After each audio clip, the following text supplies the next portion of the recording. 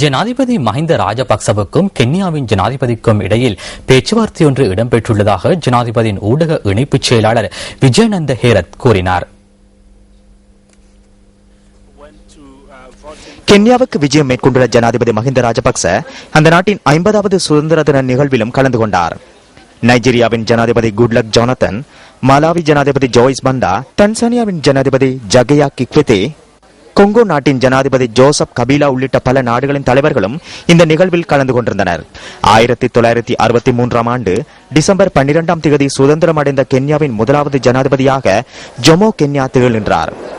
வெளிவிவகார அமைச்சர் பேராசிரியர் GL பீரிஸ், சிவில் விமான சேவைகள் அமைச்சர் கீதாஞ்சன குணவர்த்தன உள்ளிட்ட சிலரும் ஜனாதிபதியுடன் வெளிநாடு சென்றுள்ளனர்.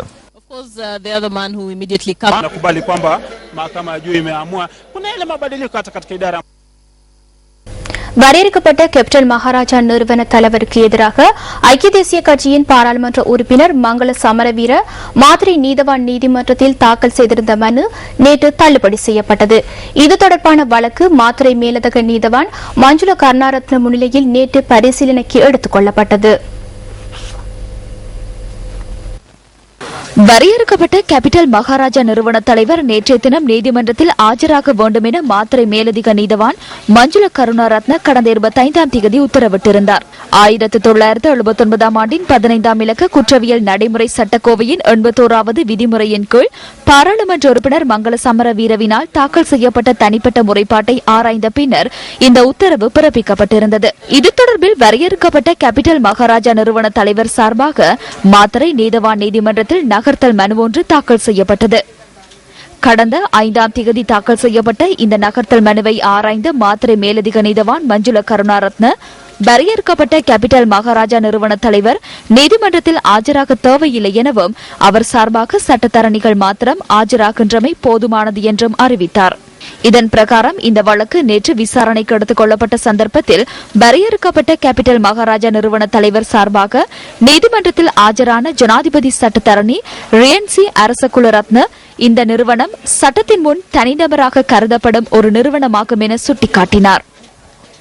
சட்டத்தரணி ராமச்சந்திர குணசேகரவின் வழிகாட்டலின் கீழ் ஜனாதிபதி சட்டத்தரணி ரியன்சி அரசகுலரத்னவுடன் GG அருள் பிரகாசம், URD சில்வா, நலித இந்திரதிச, வசந்த பட்டகொட, சுசார தினால் டி சில்வா, விஸ்வாடி லிவேரா தென்னகோன், நிரஞ்சன் அருள் பிரகாசம் மற்றும் நதி சரச்சந்திர ஆகிய சட்டத்தரணிகள் நீதிமன்றத்தில் ஆஜராகியிருந்தனர். முறைப்பாட்டாளர் சார்பாக சட்டத்தரணி நிசங்க நாணேக்கார பிரசன்னமாகியிருந்தார்.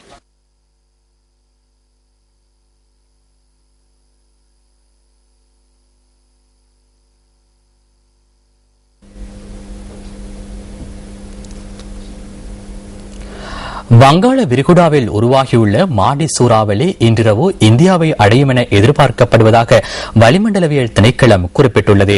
இந்த சூறாவளியின் தாக்கம் காரணமாக வடமாகாணத்திலும் வடக்கு கரையோர பகுதிகளிலும் மழை பெய்யக்கூடும் எனவும் காற்று வீசக்கூடும் எனவும் திணைக்களம் எதிர்வு கூறியுள்ளது.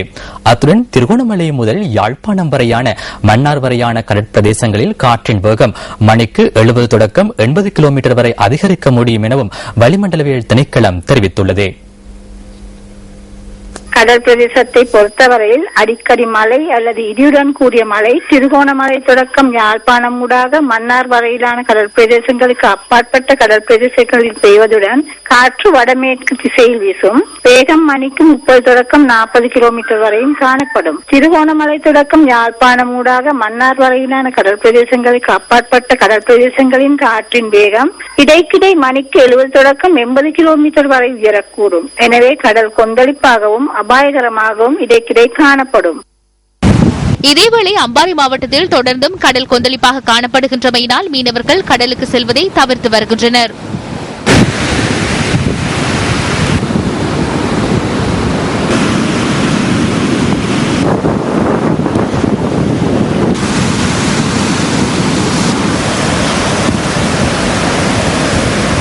மட்டக்களப்பு மாவட்டத்திலும் கடல் சற்று கொந்தளிப்பாக காணப்படுவதாக எமது செய்தியாளர்கள் குறிப்பிடுகின்றனர்.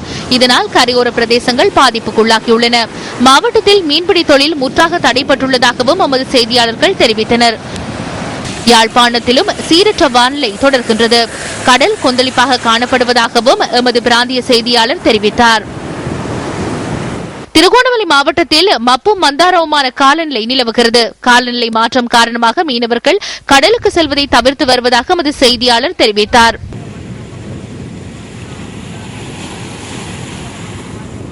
முல்லைத்தீவு மாவட்டத்திலும் கடல் சற்று கொந்தளிப்பாக காணப்படுவதாக எமது செய்தியாளர் தெரிவித்துள்ளார்.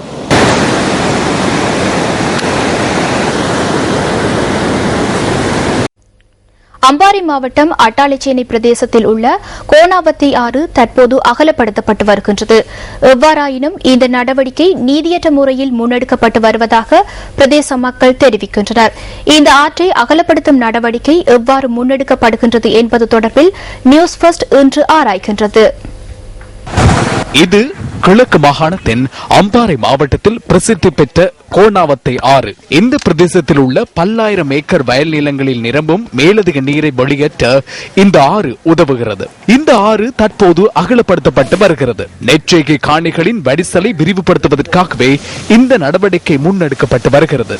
கிழக்கு மாகாணம் மற்றும் மத்திய அரசாங்கத்தின் நீர்ப்பாசன திணைக்களங்கள் கூட்டாக இணைந்தே இந்த செயற்பாட்டை முன்னெடுத்துள்ளன. விரிவாக்கத்தினை கருத்தில் கொண்டு ஆற்றை அண்டிய பொதுமக்களின் காணிகள் தோண்டப்பட்டு வருகின்றன. எவ்வாறாயினும் கிழக்கு மாகாண நீர்ப்பாசன அமைச்சரின் வீட்டிற்கு அருகாமையில் கோணாவத்தை ஆற்றின் சில பகுதிகள் சட்டவிரோதமாக மண்ணிட்டு நிரப்பப்பட்டுள்ளதாக குற்றஞ்சாட்டப்படுகிறது. ஆற்றை அண்டிய தமது காணிகள் தோண்டப்பட்டு வருகின்ற நிலையில் கிழக்கு மாகாண நீர்ப்பாசன அமைச்சரின் வீட்டிற்கு அருகாமையில் உள்ள மூடப்பட்ட ஆற்று பகுதி மட்டும் தோண்டப்படாமல் பாதுகாக்கப்பட்டு வருவது ஏன் என மக்கள் வினவுகின்றனர். இந்த அட்டாளச்சேனை கோணாவத்தை ஆற்றை அகலுகின்ற இந்த நடவடிக்கையானது பொதுமக்களிடையே ஒரு அதிருப்தியை உண்டாக்கி இருக்கின்றது. கிழக்கு மாகாண நீர்ப்பாசன அமைச்சர் அவரது வீட்டுக்கு முன்னால் இருக்கின்ற கோணாவத்தை ஆற்றினுடைய கரையோர பகுதியை அகலப்படாமல் விட்டுவிட்டு பொதுமக்களினுடைய அவர்களுக்கு சொந்தமாக்கப்பட்டிருக்கின்ற அந்த இடங்களை அகழ்வதாக மக்கள் குறிப்பிட்டுக் கொண்டிருக்கின்றார்கள். இந்த தோண்டும் நடவடிக்கை சமமான முறையிலே இந்த தோன்ற நடவடிக்கை மேற்கொள்ளப்பட வேண்டும் என்பது எனது அபிப்பிராயம். இந்த குற்றச்சாட்டுகள் தொடர்பில் கிழக்கு மாகாண நீர்ப்பாசன அமைச்சரிடம் நியூஸ் ஃபர்ஸ்ட் தொடர்பு கொண்டு வினவியது. என்னுடைய மாமனாருக்கு சுத்தமான ஆத்தங்கரை ஓரம் இருக்கிறது. அந்த ஓரம் என்னுடைய அதுக்கு பக்கத்தில் எழுதி வீடு இருக்கிறது. ஆனா அந்த பகுதியில் ஏற்கனவே இவ்வாறு என்கோச் பண்ணினவர்களே அகலம் கூடிய அளவு இருக்கிறது. அதை நாங்கள் 25 அடி அவர்கள் ஏற்கனவே என்கோச் பண்ண இடத்தை எடுத்து இப்போது அணைக்கட்டு விட்டு நீர்ப்பாசனத்திற்குரிய எல்லைகளை விட்டு நாங்கள் அழகுபடுத்தி இப்போது மின்சாரம் போட்டு வீதியாக்கப்பட்டு புனர் நிர்மாணம் செய்யப்பட்டிருக்கிறது. இப்போது அங்கே ஒரு சீப்ளேன் சேவையை ஏற்படுத்துவதற்கான எல்லா திட்டங்களையும் நாங்கள் முன்னிறுத்தி வருகிறோம். படிப்படியாக சோலார் பவரை கொடுத்து இப்போது மக்கள் ஒரு துர்நாற்றமாக இருந்த அந்த 2 கரைகளிலும் இப்போது மக்கள் உல்லாசமாக இருப்பதற்கு, பாடசாலை மாணவர்கள் கூட இரவு நேரத்தில் படிப்பதற்கு அதான முறையிலே நாங்கள் அழகுபடுத்துகின்ற திட்டத்தை நாங்கள் செய்து வருகிறோம். ஒரு அரசியல் கட்சியுடைய முக்கியமான 2 தான் இந்த பிரச்சனை வேறு விதமாக மாற்றப்படுகிறது. எங்களுக்கு தேர்தலை பற்றியோ அல்லது அரசியலை பற்றியோ எங்களுக்கு நோக்கம் இல்லை.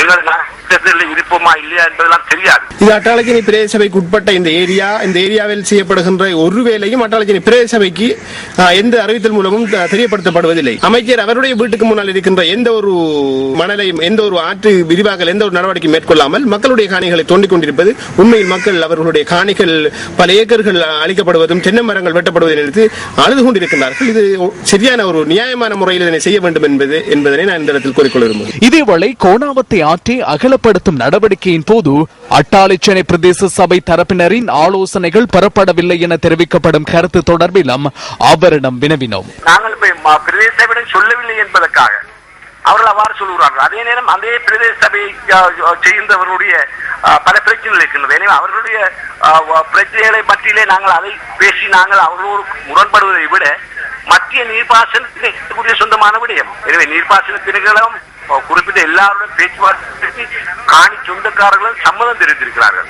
அதனால் எல்லாமே முடிகின்ற தருவாயிலே இன்னும் 10 பேர் மாத்திரம் இருக்கிறார்கள். இந்த கோணாவத்தை அகலமாக்குவதற்கு நீதியா இருக்கிறது பேஸ் 2 அந்த 10 பேர்ல 4 பேர் மாத்திரம்தான் நாங்கள் அரசியலுக்காக எங்களை காப்பாற்ற வேண்டும் என்பதற்காக அவர்களும் செய்திருக்கிறார்கள். இந்த திட்டம் உண்மையிலே ஒரு வெற்றி அளிக்கின்ற திட்டமாகும். எது எவ்வாறாயினும் ஆற்றினை அகலப்படுத்தும் நடவடிக்கையின் போது நீதியான நடைமுறை பின்பற்றப்பட வேண்டியது அத்தியாவசியமானது.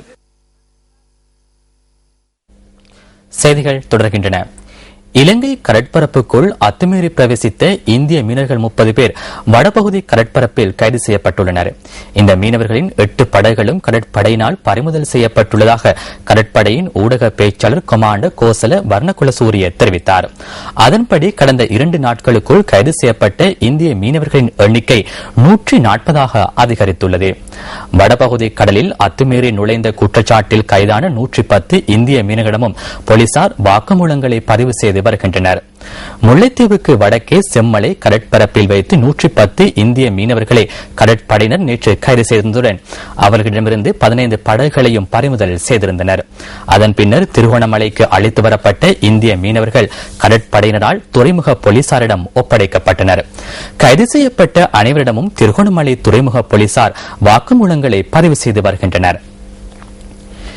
இதேவேளை கடந்த அக்டோபர் மாதம் 17ஆம் தேதி புல்மோட்டில் கைது செய்யப்பட்ட 30 இந்திய மீனவர்களும் இன்று திருகோணமலை நீதிவான் முன்னிலையில் ஆஜர்படுத்தப்பட்டனர்.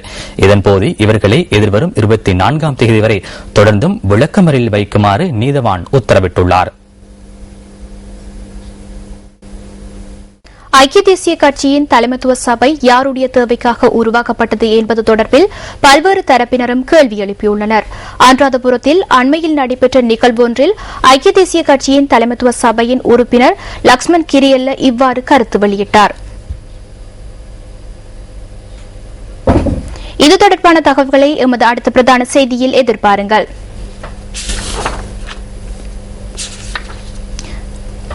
இனி விளையாட்டுச் செய்தி. சர்வதேச 20-20 அணிகளின் தரவரிசையில் முதலிடம் வகிக்கும் இலங்கையின் 3 புள்ளிகள் இழந்துள்ளது. பாகிஸ்தானுக்கு எதிரான முதலாவது சர்வதேச 20-20 போட்டியில் தோல்வியடைந்ததன் மூலம் இலங்கைக்கு இந்த பின்னடைவு ஏற்பட்டுள்ளது. இலங்கை மற்றும் பாகிஸ்தான் அணிகளுக்கு இடையிலான கிரிக்கெட் தொடரின் முதல் அம்சமாக சர்வதேச 20-20 கிரிக்கெட் போட்டி துபாயில் நேற்று நடைபெற்றது. போட்டி ஆரம்பமாகும் முன்னர் 2 அணிகளின் வீரர்களும் மறைந்த தலைவர் நெல்சன் மண்டேலாவுக்கு அஞ்சலி செலுத்தினர். போட்டியில் முதலில் துடுப்படுத்தாடிய இலங்கை 20 ஓவர்களில் 5 விக்கெட் இழப்புக்கு 145 ஓட்டங்களை பெற்றது. அதிகபட்சமாக ஆஞ்சலோ மேத்யூஸ் 50 ஓட்டங்களை பெற்றுக் கொண்டார். பந்துவீச்சில் சோயல் தன்வீர் மற்றும் சயிட் அஜ்மால் ஆகியோர் தலா 2 விக்கெட்டுகளை வீழ்த்தினர். இதேவேளை யோக்கர் மன்னர் என வர்ணிக்கப்பட்ட பாகிஸ்தான் முன்னாள் வேகப்பந்து வீச்சாளரான வகா யூனிஸுக்கு ஹால் ஆஃப் ஃபேம் விருது வழங்கப்பட்டது. இதற்கமே இம்ரான் கான், ஜாவித் மியாண்டாட், வசீம் அக்ரம் ஆகியோரின் வரிசையில் ஹால் ஆஃப் ஃபேம் விருதை வென்ற 4வது பாகிஸ்தான் வீரராக வகா யூனிஸ் வரலாற்றில் பதிவானார். வெற்றி இலக்கான 146 ஓட்டங்களை நோக்கி பதிலளித்தாடிய பாகிஸ்தான் 76 ஓட்டங்களுக்கு முதல் 4 விக்கெட்டுகளையும் இழந்தது. எனினும் அதிரடியாக துடுப்படுத்தாடிய சயிட் அப்ரிடி 20 பந்துகளில் 3 சிக்சர்கள் 2 பவுண்டர்களுடன் 39 ஓட்டங்களை ஆட்டமிழக்காமல் விளாசி அணிக்கு வெற்றியை ஈட்டிக் கொடுத்தார். பாகிஸ்தான் அணி 19.1 ஓவரில் 7 விக்கெட் இழப்புக்கு வெற்றியை எட்டியது. பந்துவீச்சில் லசித் மாலிங்கம் 3 விக்கெட்டுகளை கைப்பற்றினார். தரவரிசையில் 3ஆம் இடத்தில் இருக்கும் பாகிஸ்தானுக்கு 3 புள்ளிகள் கிடைத்ததும் குறிப்பிடத்தக்கது. நியூஸ் 15 டுநைட் செய்தி 10:45க்கு எதிர்பாருங்கள். வணக்கம். வணக்கம்.